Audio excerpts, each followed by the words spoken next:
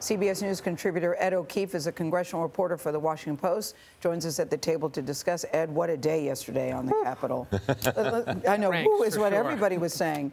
Listen, Jeff Flake says now is the time. Enough people need to stand up. Do you think it will have an impact knowing, or we keep hearing that many people feel privately what Jeff Flake, what Bob Corker, and to some degree what John McCain are saying out loud? I think the dam's starting to break a little bit. The fact that you've seen former President Bush last week give an address that didn't use the president's name but certainly alluded to him. John McCain's been at it for several months.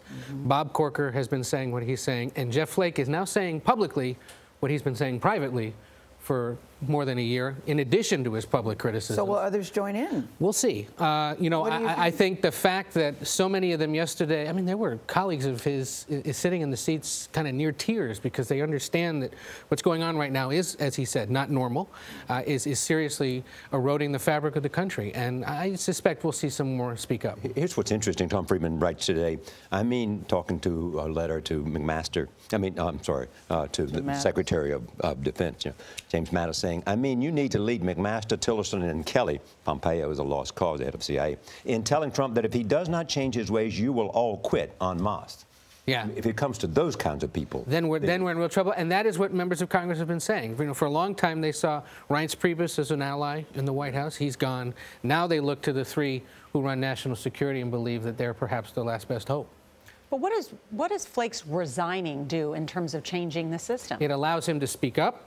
And potentially, it allows him to vote against some of what the president would like to see done. Remember, it's important to remember, he is not a moderate, mainstream Republican. He's an awfully nice guy, good-looking, whatever. But libertarian, staunchly conservative, especially on fiscal matters. Yeah, budget hawk. He's a budget hawk. He does not like the idea of deficit spending. Yeah. He wants to maintain global trade deals.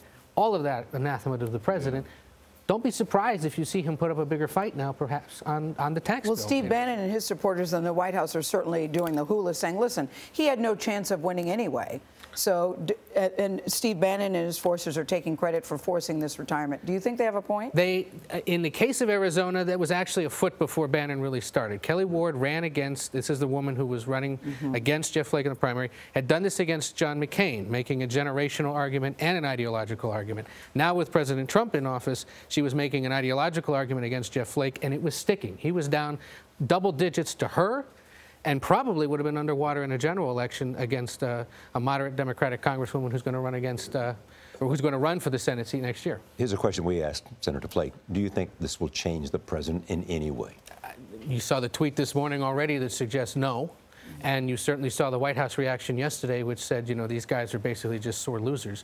Yeah. There's no indication yet that that will happen. And I think it's also important to note, Flake told you guys, there's no grounds for impeachment. There's no reason to use the 25th Amendment, but there are reasons perhaps for Republicans and others to speak up more forcefully against him. All right. Ed O'Keefe, thanks so much for joining us. We appreciate it.